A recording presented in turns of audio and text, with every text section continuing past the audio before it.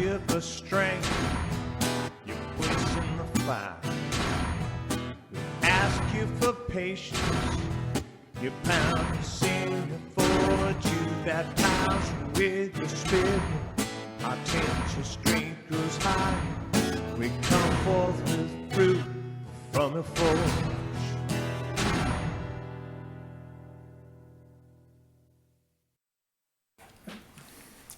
Hi there, and welcome to this week's episode of The Forge.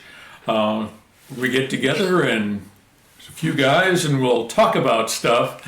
I'm not Pastor Michael, if you haven't figured that out. I'm Scott Frisbie, and joining me today are Wayne Elling and Ray Copelin.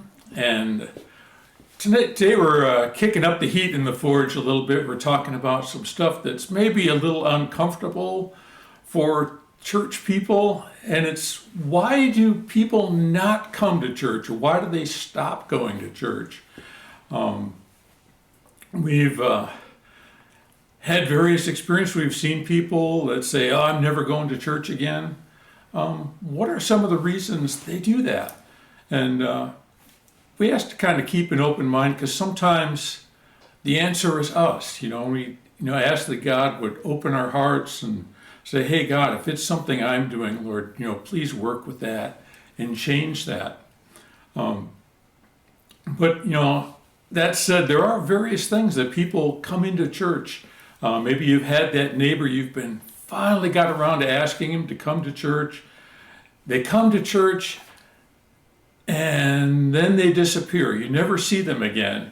And you kind of wonder, what happened to drive that person away?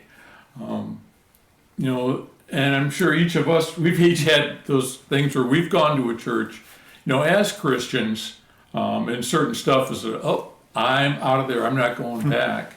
But rather than, from the Christian, kind of, why would a non-believer, maybe come to a church and then say, "Oh, I'm not going to do that again."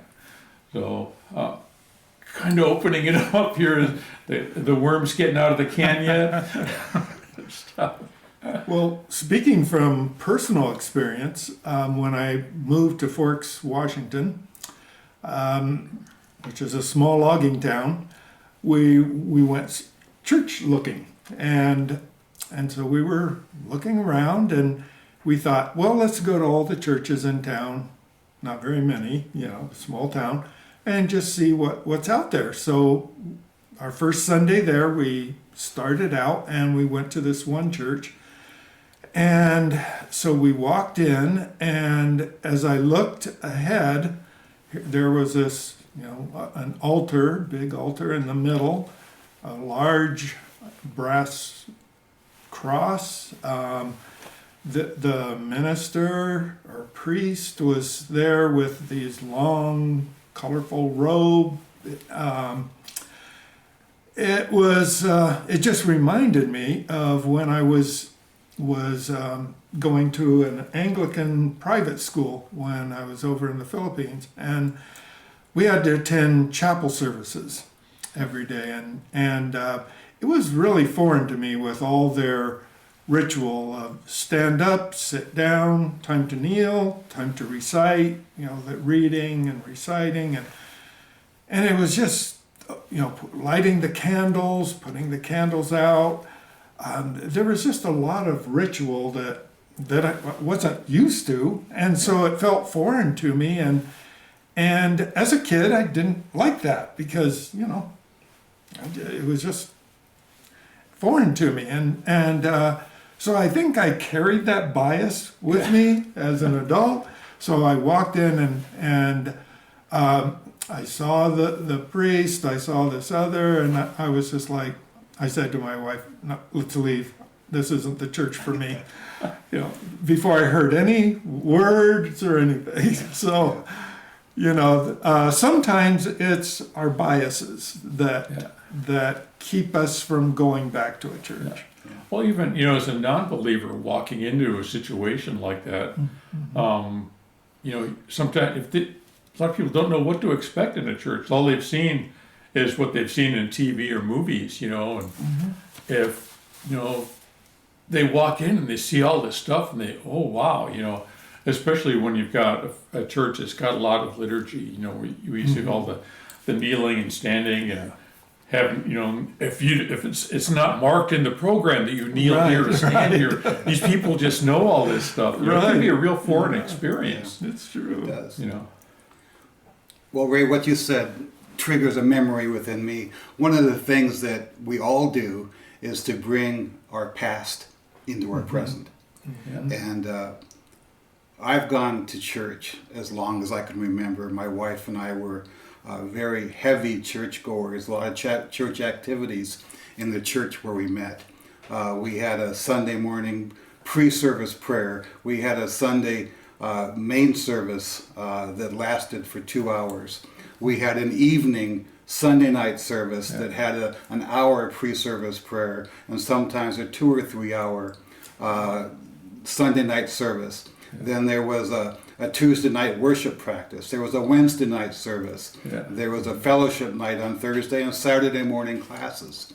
And we took our daughter to all of those things. And our oldest daughter right now is at a place in her life where she says she's had enough church in her past to last her a lifetime.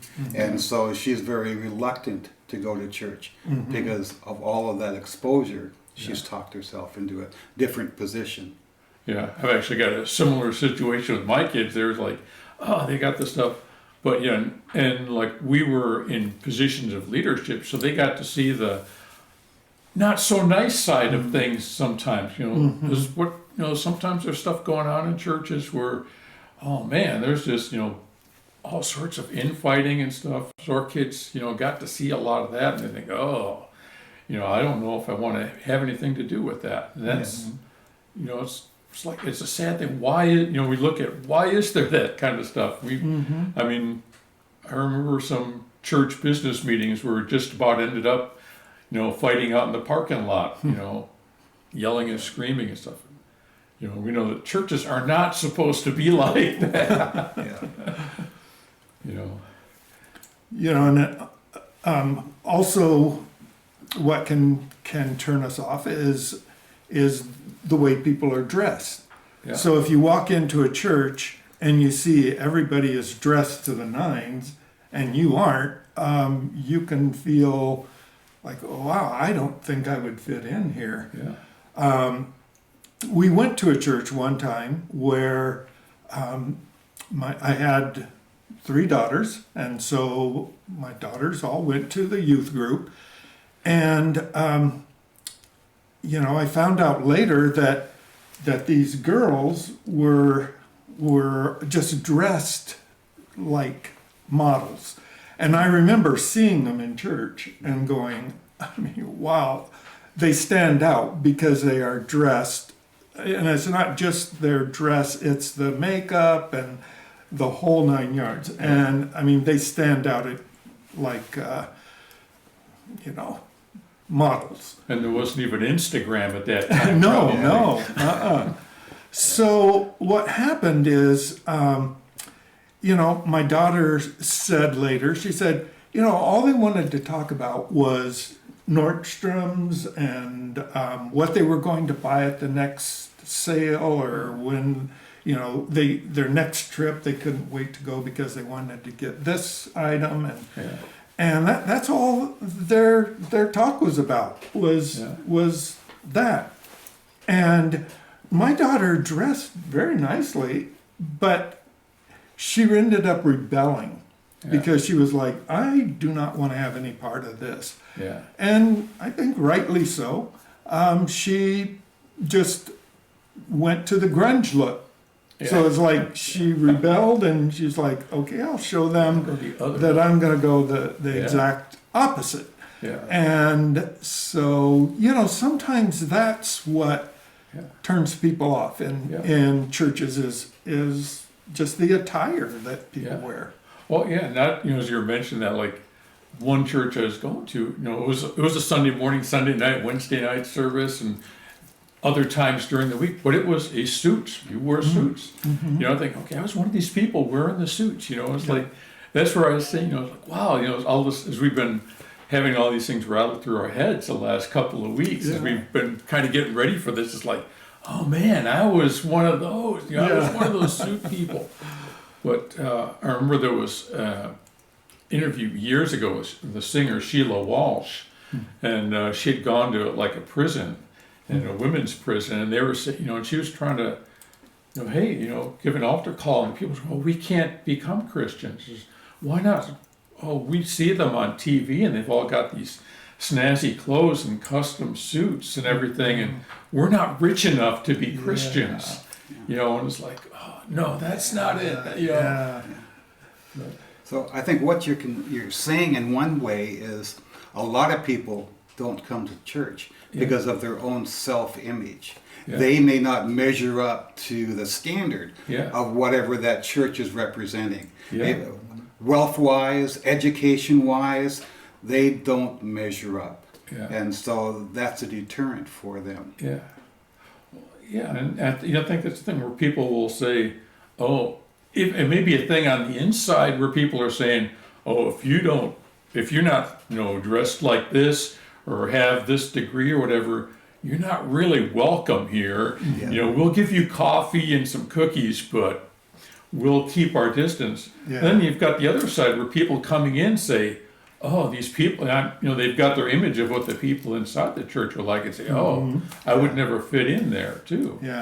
You know, and, you know, it's kind of a thing on both ways where it shouldn't be that way. It's like, oh, it's not supposed to be like that.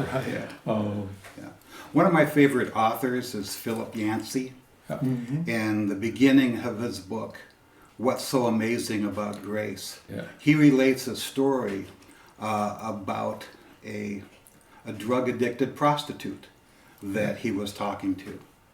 And as she was relating her story and her difficulty of supporting her drug habit, she shared that she would prostitute her 2-year-old daughter to attract more Johns to her effort to support her drug habit, as well as taking care of her daughter. And he was just appalled about this, you know, knowing the conflict of knowing this. As a counselor, he would have to report that. And two, just the atrocity that had been perpetrated on this young gal. And so in that perspective, he asked her, why didn't you go to church? And her response to that was, I already felt bad enough about myself. Why would I go to church?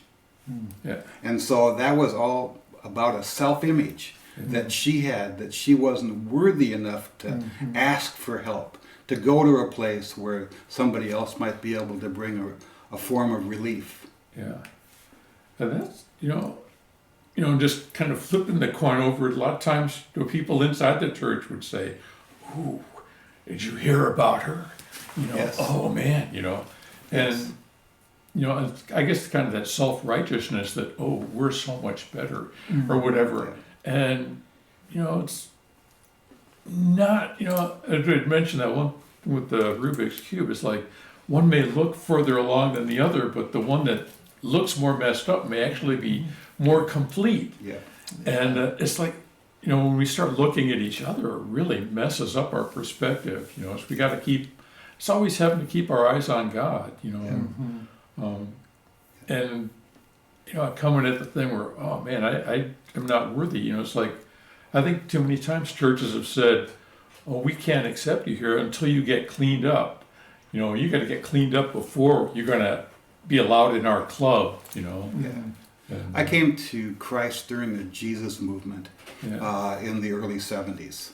And there was an outpouring of God on college campuses, and within that age group, that young people who were lost were coming to the church looking for answers. And there was that conflict of the long hairs coming into more traditional conservative churches, where people really were struggling with the aspect of the image. You know, what are we going to think? What are people going to think about us if they come here? And there was some protectiveness of that image by letting people know they might not be wanted there if they didn't Yeah. look or act like the traditional people that were there. Yeah. Well, yeah, and people like to be around people like themselves, you know, and all of a sudden these people who looked really different start coming in, you know, Yeah. and, you know, it's the thing where it's getting past this stuff, you know, Yeah. Yeah. what's in here. Yeah. Yeah. Yeah, like you mentioned long hair, like, back around that era, I had fairly long hair. Yeah. And that was actually, you know, kind of a little test. You know, sometimes I would go into a church and I would feel very welcome, you know. And even though there were people with very short hair, suits, whatever, sometimes I would feel very welcome. Other times it would be, hello, here's your program, and you're suddenly invisible. Yeah. You know, it's like Yeah. you could go around, you could do everything, but you're invisible. It's like, okay, they do not like long-haired people here. And Nobody had to say anything to you. nobody had to say anything Yeah, either. you Yeah. just picked up on it. Yeah. Yeah. I even had a pastor at one time from the pulpit as I walked in with the longer hair and the beard. He inserted in the middle of his sermon, I really don't like beards. And being the only non-clean shaven individual, all eyes turned towards Yeah. me. And so, you know, it was very prevalent back then. Yeah. Hopefully not as much now. Yeah, I think, you know, I think things have changed a lot, you know. It's like, you know, just, I mean, we've got people with more variety of clothing and stuff. I mean, there are still churches. I mean, I think we've got a wide variety of churches, wide variety of worship styles and everything. And, you know, hopefully that, you know, a person who's on the street can find one that, you know, kind of matches them, you know, rather than getting so turned off by a couple of things that, you know, maybe they've gone to a church and felt really unwelcome. Maybe it's happened a couple of times. It's like, oh man, you know, Yeah. and Yeah. it's like, I keep thinking about, you know, how I keep visualizing, you know, some angel standing next to God. You sure it was a good idea to let these humans be responsible for spreading the gospel, you know? And it's like, oh, you know, Yeah. maybe, you know, and but I guess, you know, one of the things that's, you know, kind of looking back, you know, for, you know, this last couple of weeks, it's like I said, you know, if you're getting ready to preach a sermon, God generally takes you through what you're preaching about and runs it through you. It's like if you've got some hard lesson, God's going to make sure you feel how hard that lesson is before you can speak it in front of Right. people. And, you know, like looking at all the stuff about people, you know, things in the church. Like I mentioned, I was at a church where everybody wore suits, and that was it. You know, even though I had a bunch of suits that I had picked up at Goodwill, so I could have a suit Yeah. to wear there, you know. But it was like, okay, we weren't rich, but somehow we scraped it together because we wanted to fit in at that church. And, you know, I look at, okay, how many people, you know, there for years, from watching people that would come, be there 1 week, and you would never see them again. You know, maybe 5 years later, they might try again. Yeah. There were people that would come for a couple of weeks and then leave, you know. And I've been at churches, you know, in the more recent years, that things have gotten very political, you know, so much politics. And it's like, oh, if you're a follower of that party, you can't be a true Christian, you know. It's like, really? You know, Yeah. and I've seen it on both sides of the political spectrum. It's like, Yeah. and it's like, wow, how did that get in there? You know,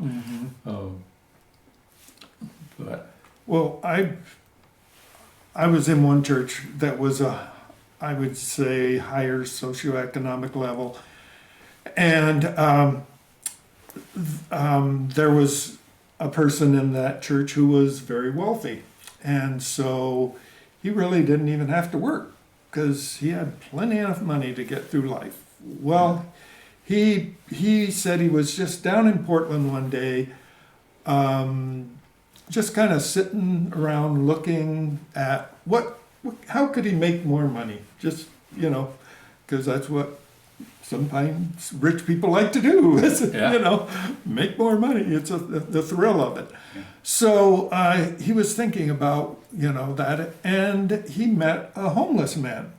And so he started talking to him and got to know him personally, and he ended up later on inviting him to church, and so they developed a relationship. Well, then others, became interested, and after a while, there was a certain section in the church that was where all these homeless people sat, and it was interesting that not everybody accepted them. Yeah. And they were not pleased that they were coming to this church, this upper level church. And I just thought, how wrong, how off base people have gotten to where they're like, no, we don't want the homeless in our church, that we're higher level than that. Concerned about our image. Yeah, that's how far off base we can get. Yeah. There can be so many different peripheral things that enter your mind. And I've heard it said that if you come to church to worship God, you will never be disappointed. You wouldn't be disappointed in who was sitting down the pew from you or behind you, because your focus would be on the Lord. Yeah. Well said. And that's, I think where we need to be too. It's one of the, for me, it's been a thing where there's, I've looked at some of the attitudes, that I've had, and then I've seen, that drive people away. The one thing that stands out is like pride, that self-righteousness. We're Christians and you're just pagans. And we've got the inside track with God because we're here, and especially like I call it like checklist Christianity, where we don't do this, we don't do this, we don't do this. Right, yeah. We go to church Sunday night, Wednesday, and Thursday. And we do all these things. We are righteous people, but you're just a pagan. And sometimes that pride is just rough. And looking at things where people come in, if they're up against that when they're coming in, and they realize, oh man, I don't measure up to this.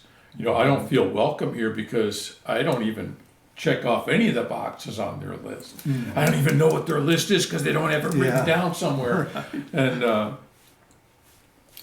it can be rough for somebody coming in, and that's if we have that pride that we're better than them. It's like I keep it's like Paul said, I haven't attained it. It's like, hold it, you're Paul the Apostle. You had the Ivy League education. You were top notch in all the Pharisees and everything. You, if anybody had it together, you had it together. You're just trying, false humility. But it's like, no, Paul's going, hey, I haven't got it all together. I want to do this, and I know I'm supposed to do this, but I still don't do this, And it's like, okay, if Paul was struggling with that, who are we to think we've got it all together, Our job really there is to still love them. Yeah. No matter what they look like or they smell like. Yeah. Just be glad that they came and to love on them. Yeah. And they'll know that you're Christians by your love. Yeah. And too often we don't show that. Yeah. I think, that's I think the big thing is, I looked at, some of the churches, or probably going to ask you guys too, is like, we kind of mentioned about, what when you went to a church, did you nope out of it? But we've all been around for years, and even though Ray is our young-looking one in the bunch here, he doesn't have the gray that the rest of us have.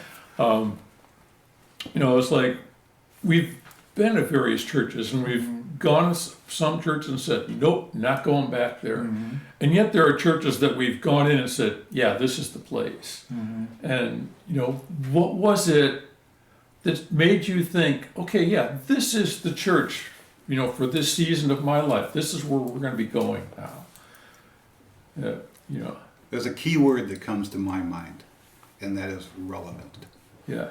It was relevant to where I was at that time. Mm-hmm. It was relevant to where my family was like at that time. My wife and I were very happy one time at a church that didn't have a very powerful youth group. Yeah. And our oldest daughter, her classmates went to another church that had a very dynamic youth group. Yeah. And she said, well, you can drop me off there on your way here, and I'd be happy with that. As my wife and I thought about it, we didn't want to split our family, so we wanted to go where it was most relevant to her. Mm-hmm. And she wanted to be around her Christian peers at school as well as that church, and that church provided that opportunity. And I think we all look for relevance in a church. Yeah. Are we senior citizens? Does it have a senior citizen group? Are we parents? And there's a large youth group. Yeah. And so you're looking to check the most boxes for their relevancy. They got the ministries that your family needs. Right. And stuff. Yeah. Yeah, one church that when we first moved to Forks and we were looking for a church, we went to a double wide trailer that was the church, and very few people in it. And so we went in, and our kids were preschoolers. They were little, and we had two daughters at that point, and we sat down. Of course, after a while, the kids are getting squirrely, and then of course one of them's crying, and in a little tiny group, somebody crying, disturbs the whole church, and we start getting the looks. Yeah. Actually, they were very, very kind, but we just said, this just isn't going to work. There was no nursery.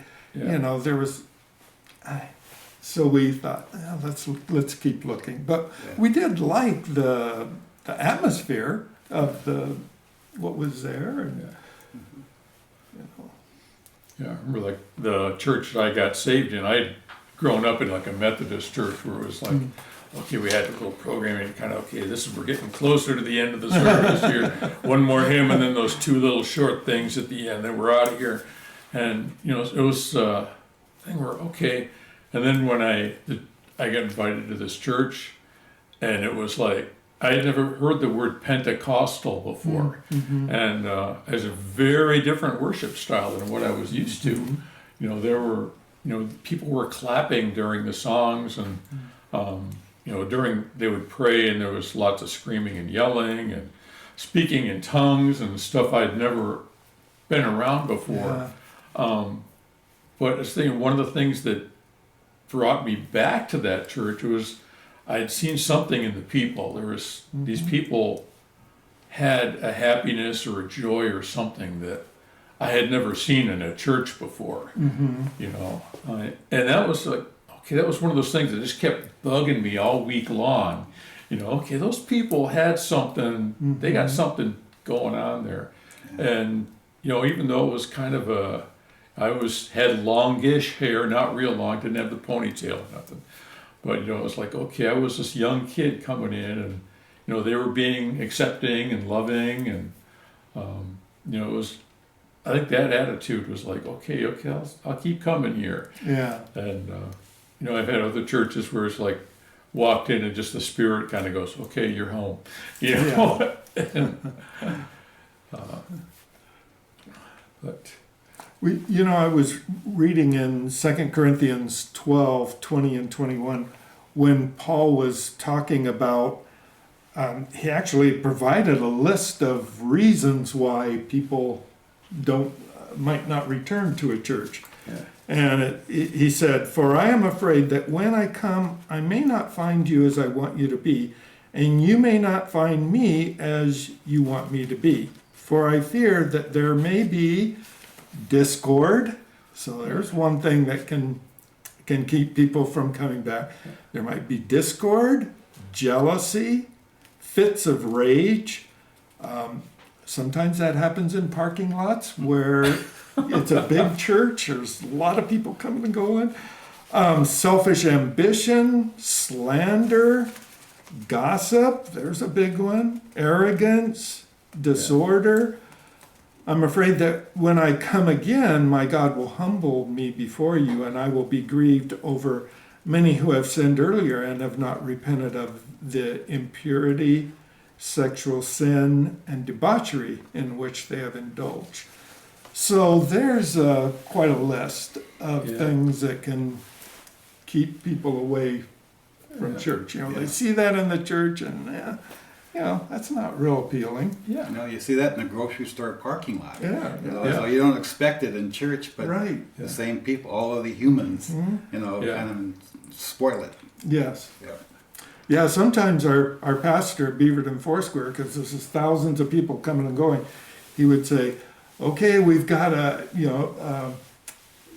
lot of people that need to transition for the next service. Be patient out there. Be kind. Little reminder. Yeah, I mean, that's the thing, just where people, I think there's that expectation when you come into church that you're going to see people that are, maybe they're not totally different, but they're a little different somehow. And, because we realize, God is working in us, and, hopefully the people outside the church don't think, oh, these people have got it all together, because they see what happens when we walk out into the street. When we walk out the doors, we're still humans, Oh, yeah. And we still got ways to go, and it's, I think that's the thing, is realizing that, and then, like you said, just being accepting of people, just saying, hey, I'm not better than you. I'm just, I'm just a person, and I can't fix you. If you come in here with some sort of problem, that's, I can't fix you. I can show you the person who can fix you, and it's not him over there, it's not him over there, and it's not that group over there, it's Jesus. Jesus is the one who's going to fix it. And he may do it in a different order than I think he ought to. I think he may need to get this and this and this out of your life, but maybe God says, no, those are the side issues. He's got this person, this thing wrong that I'm going to work on with them. And, I think that's a lot of just that humility of saying, okay, God's the one who does the fixing. That's right. I keep seeing that as like, all right, and not being able to look and say, oh, I've got this much, I think, I've looked at myself in the past and said, oh yeah, I'm one of the mature ones, and it's like, in realizing, God's going, oh, my sweet summer child, you have no idea, what it's like. And, a lot of times, oh, we've been through this, we've been through that, we're mature, just because we know a lot of the facts and stuff doesn't necessarily equate to that. No, it sure doesn't. Which is really sad, but it's, and another thing that I see that keeps people away from going back to a church is, they go in and they see cliques, so these people over here, that they're all friends. These people over here, they're all friends. Nobody seems to be inviting me in. I guess I don't fit. And Paul said in 1 Corinthians 1:10, I appeal to you, brothers, by the name of our Lord Jesus Christ, that all of you agree, and there be no divisions among you, but that you be united in the same mind and the same judgment. We're to be united in mind, all of us together, no cliques. We're all one body of Christ. And that takes intention. You wait all week sometimes to see the people you like to hang out with. And so you look forward to that. And all of a sudden there's a new face in the group. But you're busy talking to the people you want to hang out. And so it's really, you're distracted by that. and not ready to embrace the outsider Yeah. to make the new person feel like they want to become a regular. And so that takes a little extra effort Yeah. and intention. Yeah, going up does. and talking to a stranger, is this unknown quantity. I know my friends, I know what Yeah. they're going to talk about, but this person, I don't know what's going to come out of there. Yeah. And it can be, daunting as a Christian to come up and say, but Well, it Joyce- doesn't take much to be friendly, though. Yeah, my wife and I Hey. visited NCCU online for several weeks before we came in through the door. And to a certain degree, we encountered that. We would come in and leave, and nobody said hi, glad to see you. But we had peeked behind the curtain. We liked what we saw in the church. Yeah. We liked what we heard from the pastor. We liked the worship there. It made us feel comfortable. So that was the extra motivation to keep coming back. And then all of a sudden we're noticed and people started welcoming us. But sometimes that's a process that takes longer than people give it a chance to. Yeah. It's true. And I'm an introvert. I'm not typically a person to go up to strangers and hey, Yeah. I've known extroverts. They'll talk, to a wrong number on the phone for 2 Yeah. hours, Yeah. but not me. Yeah. Well, I like golf. I have a lot more passion for golf than I have skill. And I recognize the only way I'm going to gain any type of skill is to play. And so we were living in Edmonds at the time. So I would attend the municipal golf course there in Edmonds and go golfing by myself. And one thing, when you golf after a few holes, you're never golfing with a stranger. You get to know each other quite well on a 4-hour walk. Yeah. And so you start to meet friends that way. And so, sometimes you just have to lean past the awkward moment and become part of the group. Yeah. True. I guess how would we? Any closing thoughts, things you want to sum up of just maybe things as a church we can do, things we need to be aware of. I guess that make our church a little more welcoming to strangers, or it's always like the other church was like there are things that we can do too. It's always easier to those guys over there, the guys across the street. Oh man, but we're friendly.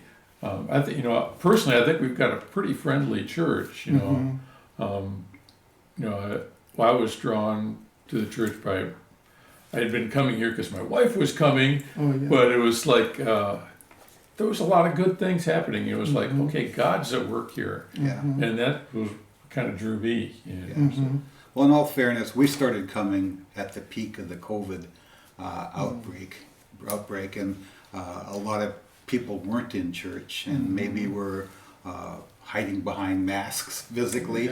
And so as the pandemic has lessened its grip, more people are in church and more people are there to greet you. But I think carrying the momentum of that looking for the outsider and inviting them to be an insider is good to see you today. Would you like to grab a cup of coffee? And kind of work on the things that would exclude them to include them. Yeah. I say even that little gauntlet of the welcome group coming into the sanctuary, so be a bunch of people just kind of hanging out there, and it's like it's a very low for an introvert like me. It's a great way to people come through. Hey, hi, you shake hands and stuff. It's very low contact, but it's like okay, I can meet these people, and sometimes you go and talk to them later and stuff. But hopefully it's I don't know any little thing to make people feel welcome. Like I said, inviting them over to show them how to get that Keurig to work. There's a friendly Keurig out in the lobby and an unfriendly one. Steers to the friendly one. There's the one that's a little more complicated. But you got anything there, Ray? I did, but now I think I lost it. Uh-oh. No. Yeah. Well, let's wind up this one.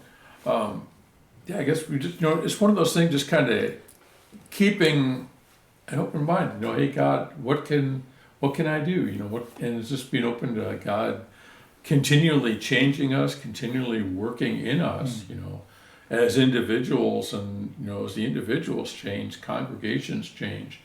And we all want to become more like Christ. Christ was not driving people away. I mean, there were people that were just drawn to Christ. They saw the love in him, and that's how people know that we are Christians, is the love. And I think people see the love within the congregation.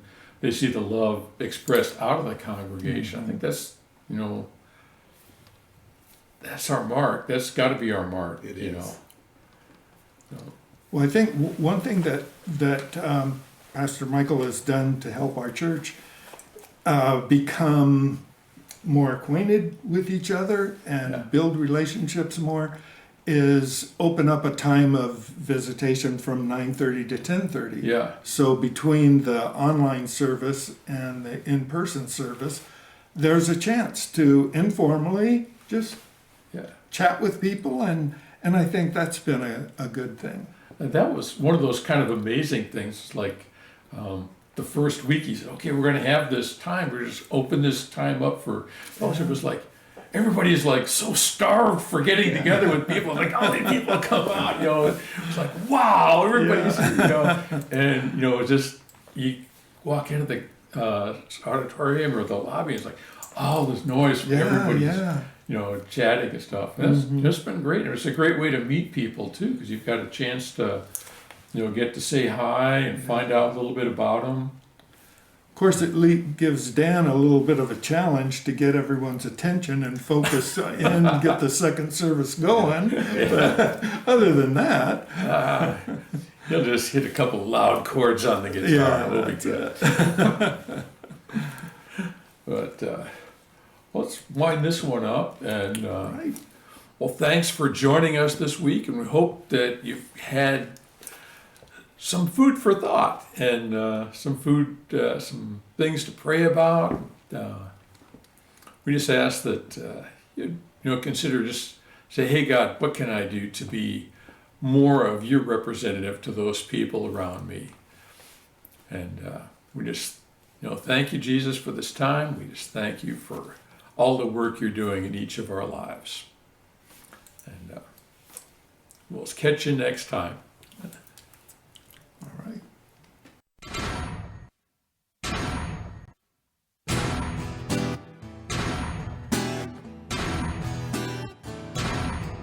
We ask you for strength, you place in the fire.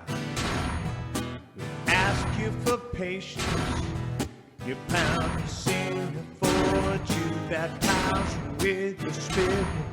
Our tension strength goes high. We come forth with fruit from the fold.